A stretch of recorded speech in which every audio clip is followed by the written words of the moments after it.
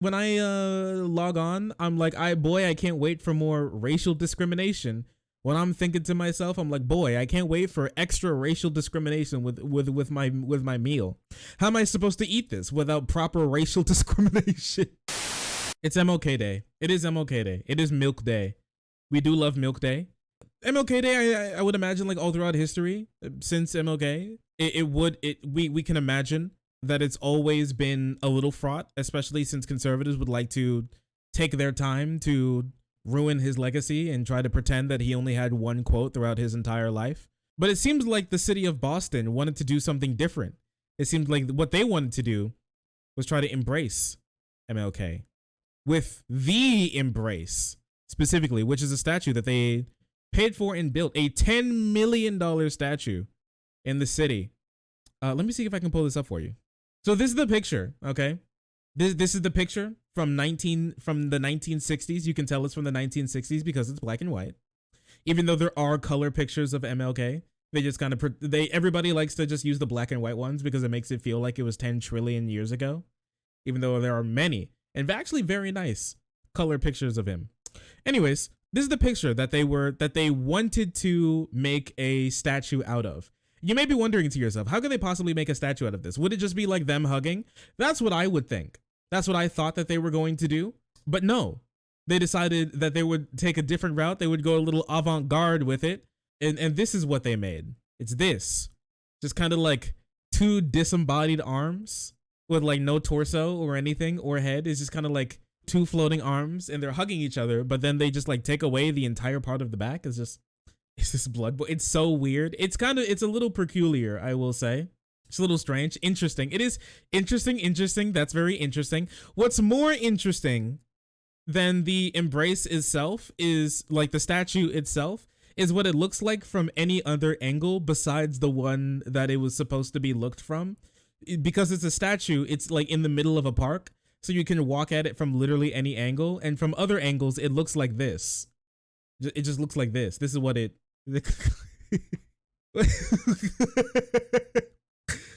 I like abstract art. It's not even abstract art. It's like uncanny valley art where it's like it's supposed to be normal, but then they couldn't get there all the way. Haha, pee-pee. It does look like she's holding a giant liver. You're right. It does look like she's holding a big liver or a diaphragm even. So true. So true. Many people are saying this and they are all correct. Right? I guess this is kind of what it was supposed to look like, but it's just kind of, they just made the arms. It's just weird how it's just arms. It's just peculiar how it worked out, I guess. I don't know, man. This was $10 million. You know, it was $10 million, right? Weird. Anyways, with that being said, there was all of this, right? Wait, what is this? What is this? This is why we hate conservatives, just so you know. This what the fuck am I looking at? What is this supposed to? What is this, man? Haha, screw you, MLK. Haha, screw you, Kamala Harris. Sweet Harris. What the hell am I looking?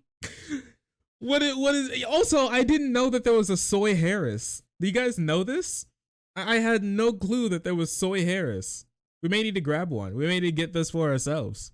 No words, no thoughts. She ate no crumbs. Isn't that right, chat? Amazing. With that being said, the weird liberal thing that liberals do with MLK aside, it is weird, but you know, let's put that aside for a moment. Let's go from weird to bad. And so we're going to be moving from that to something much worse than building just like a weird statue, which is all the people who hated him in the past. In all the organizations now coming back and pretending like they actually loved him and his message, like the New York Police Department. Hey, the NYPD, well known for their history of loving black people and treating them with respect and dignity. Isn't that right, New York Police Department? No history, no history, or even currently abusing black people, I would imagine.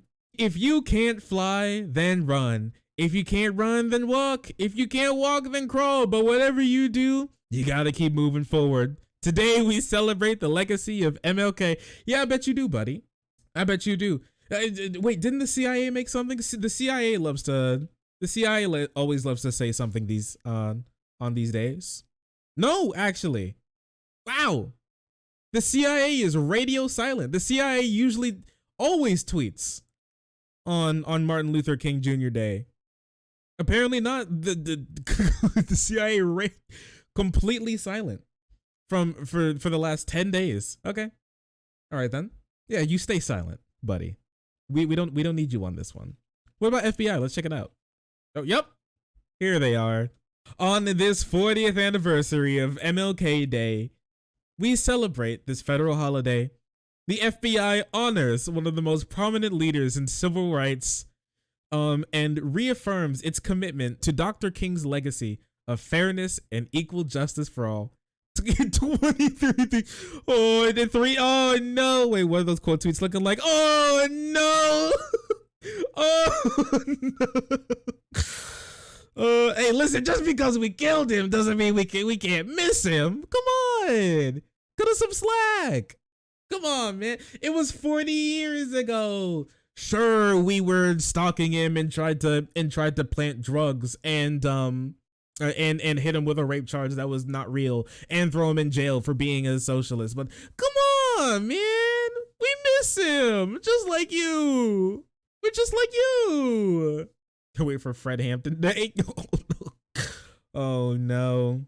You violated his even the Libertarian Party, you violated his privacy through a warrantless wiretapping and tried to convince him to commit suicide. You guys remember this, right? I don't have to remind you of the FBI's goal to get MLK to kill himself. You guys remember that? It's crazy stuff what they did. And like the rogue agent in the FBI, like literally stalking him day in and day out to try and get dirt on him. Yeah, so what they did is they were wiretapping him, and they tried to say that they have information on him that would get his career ruined. And so what he should do is, instead of trying to fight it, he should just kill himself, and then they'll make it all go away, which is insane. It's actually crazy. Is this it? Oh yeah, here it is. Here's the typewriter letter that the FBI made and then sent to him. King, there is only one thing left for you to do. You know what it is. You have just 34 days in which to do.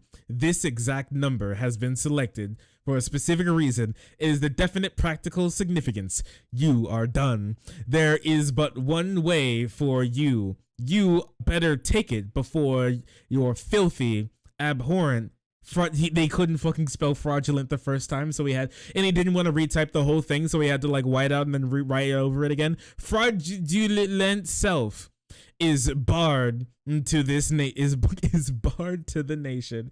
So true. They were kind of schizo posting. You're right. You are done. as the CIA, sorry, as the FBI tippity type away your favorite 3-letter agent tippity typing away to hopefully get him to kill himself so that he won't do the free to black people thing. Crazy.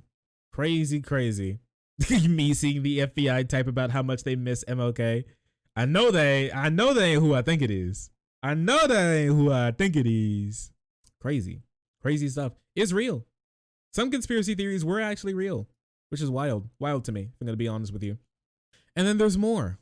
That's just kind of sad, which is like somebody who's related to Martin Luther King on primetime TV with Tucker Carlson to like shit on liberals, even though this guy is a literal fascist. This guy is a literal fascist apologist. I think it's just remarkable, if I'm going to be honest with you. Bro, why? This is why, like, being blood related to somebody doesn't mean that you carry on their like intelligence, their wisdom, nor their ability to be like a rational human being.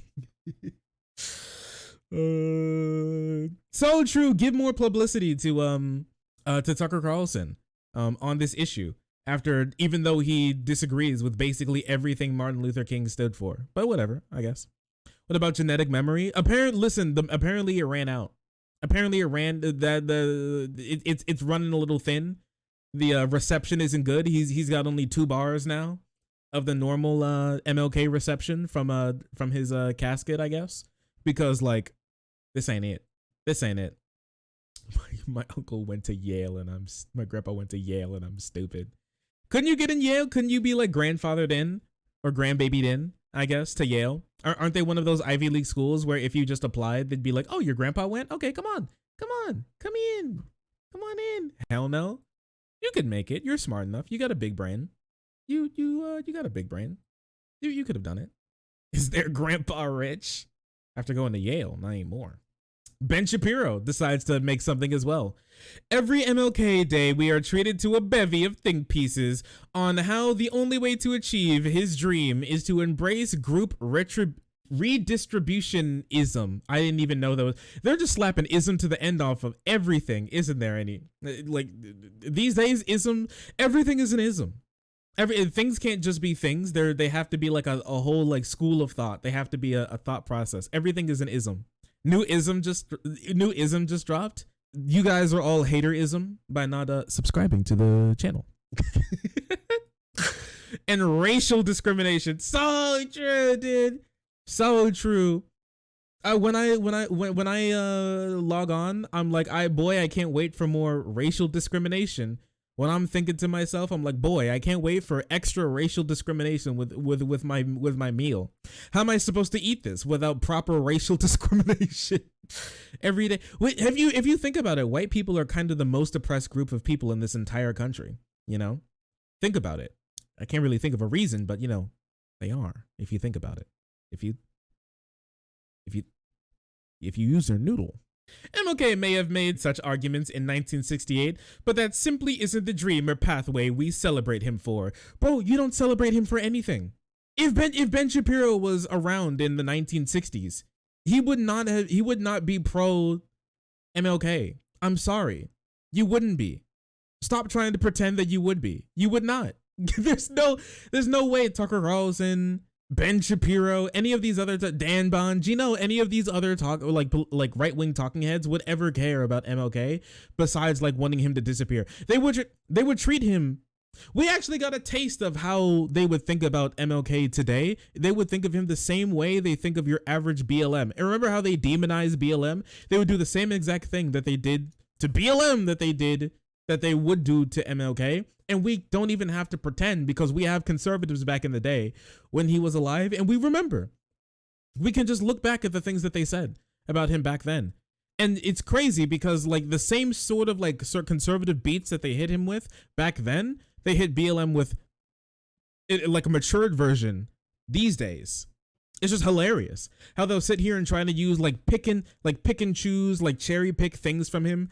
And at this point, like MLK has been, he's been reduced from a workers' rights advocate, reduced from somebody who would be like out there feeding the homeless and doing community organizing and building like dual power structures and building like good community like protection and surveillance and getting like food and to homeless people and actual racial parity down to I have a dream and that's it. That's all. They like your average conservative today thinks that MLK popped into existence, goes, I have a dream, and then disappeared again. That's it. Just gone. That's it. That's the only thing that they can possibly imagine from him, because every single other thing that you would ever be able to take from him would just completely obliterate their idea of him and would make it so that they would say exactly what Charlie Kirk came out to say, which was that MLK was a mixed bag. He was a mixed bag. He was a mixed bag. Okay. Stop hating black people. I guess I can kind of get, I guess I'm kind of on board. Got a couple stipulations, but I guess I can be on board with that. Jobs for all, cringe. Redistribution, cringe. Fixing racial issues in a way that would actually give dignity and rights back to the people that were taken from, cringe. Pick yourself up by your bootstraps. Workers' rights, cringe. You have a right to come into work, and then you have a right to go to sleep, and that's it. Yeah, you have the right to come into work, and you have the right to leave my office, and that's it. His face is a mixed bag. Yeah, he's a mixed bag, buddy. Mixed bag. You know? Charlie Kirk during the civil rights era, both sides have a point, but one side is too radical. Yes, he would actually say that. I believe that he would say that. He said, I think he would be like, yeah, sure, the black people and like the black people and the segregationists, I think they both make good points, but MLK is just too radical. I can't support him. That would unironically be his take. That would 100% be exactly his take. He's just a little too radical for me. So, black people, you're gonna have to try in another 30 years to get rights again, okay? Anyways, I'll be gone. Okay, buddy. I'm so glad that history marches on without these people. Because if they didn't, can you imagine how much worse of a world we'd be living in if people like Charlie Kirk got his way? Like people like Charlie Kirk at this very moment is arguing that we need to shut down the southern border because too many brown people are coming over. Like all of these people who are sitting here talking about how much MLK had like I guess a good message at his core, I guess. But are all the people who are like, we are experiencing white genocide because Pablo moved into the house next door. All white people is everything is good. Add one brown person, it's forced diversity. Add two brown people, that's white genocide. It's crazy. It's crazy how that works out. Or the LAPD wanted to chime in here as well. Because we all know the LAPD has a long and immaculate history of treating black and brown people well. Hey, Chief Moore, so good to see you. Thank you for giving us some time. Tell about how you incorporate Dr. Martin Luther King Jr.'s message and his legacy, his work into running the department. Bro, this is the funniest question I've seen in my entire life. This is the best question I've heard in my entire. Going up to a police chief. Hey, police chief, can you tell us how you incorporate Martin Luther King's message into how you run one of the most violent and murderous police departments in the entire world? So we incorporated by recognizing first his message of unity, his message of challenging the racial injustices, the challenges of housing, the challenges of getting people to live, the ability to live the American dream. And how many homeless people do you think this guy has imprisoned for sleeping on the sidewalk this week? Because honestly, I'll say like at least 4. Just him personally, not the whole department.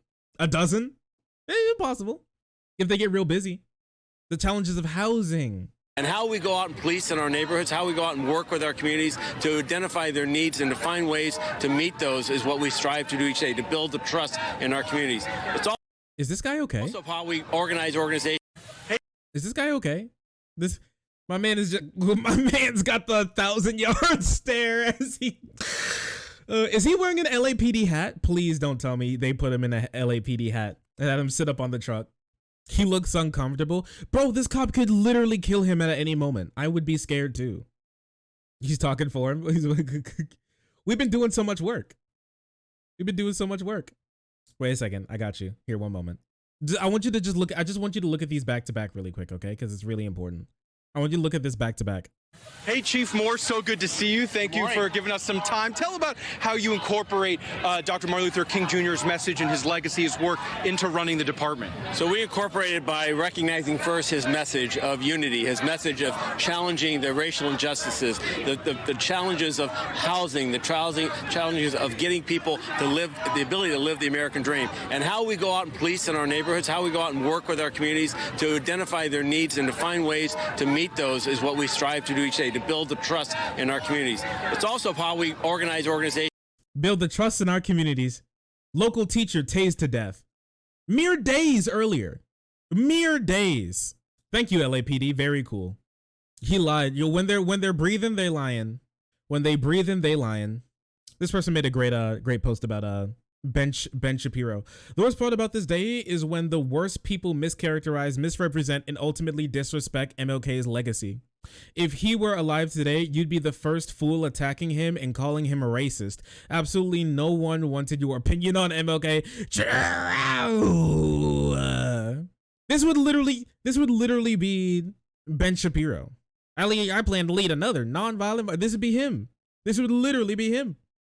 He'd be the guy. He'd be leading the march on like imprisoning MLK or something like that. Like how he's racist and hates white people and wants to destroy the white fabric of this nation.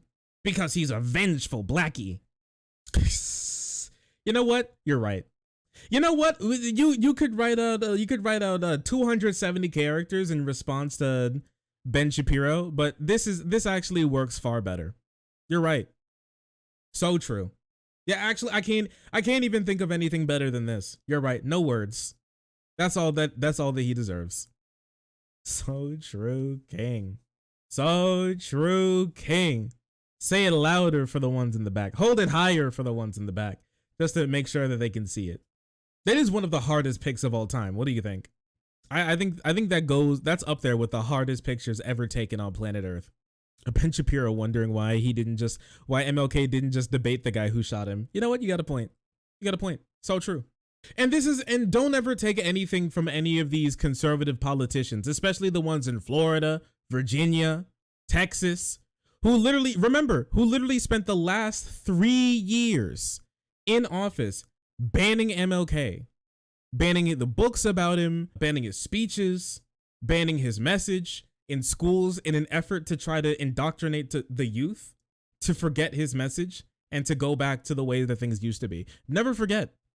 Never forget all those book bannings that they did for the last couple of years. Texas this week became the latest state to ban the teaching of critical race theory. Author of the bill, Steve Toth, has insisted that the measure is wholly keeping in line with MLK's vision. Yeah, I bet, brother.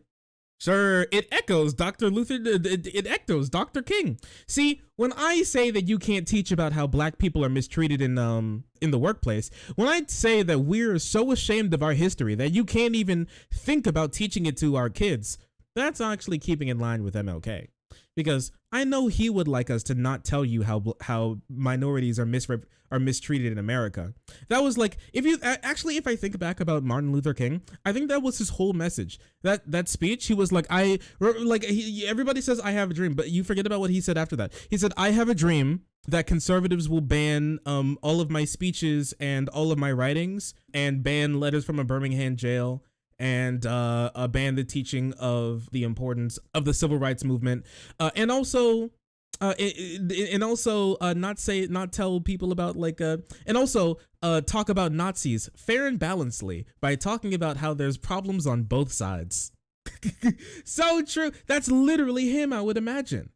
That's 100% this guy. I know him. The MLK Understander has logged on.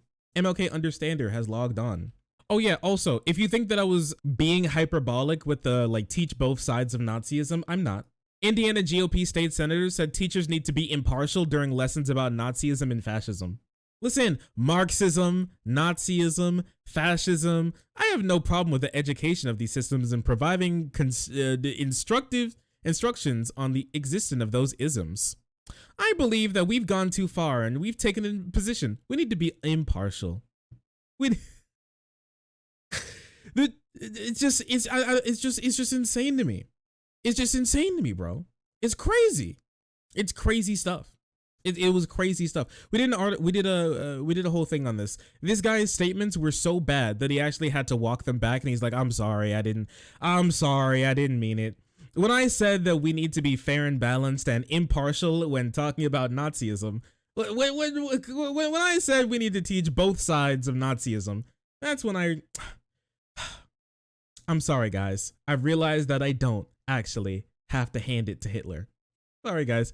As this day comes to an end, so does another horrible existence of remembering that conservatives exist, and they'll use the dead bodies of black and brown people in this country to stand on top of them after their ideology has killed them, to talk about how much those dead people would have loved to have voted for them if they were still with us, even though they're not. Thank you. Very cool. Oh, sorry. I didn't see you there. If you're enjoying the content, hit the subscribe button. If you don't, it'll make Boo very sad. I know a bunch of you who are watching are not subscribed. Join the frenzy. You won't regret it. Thank you, Boo.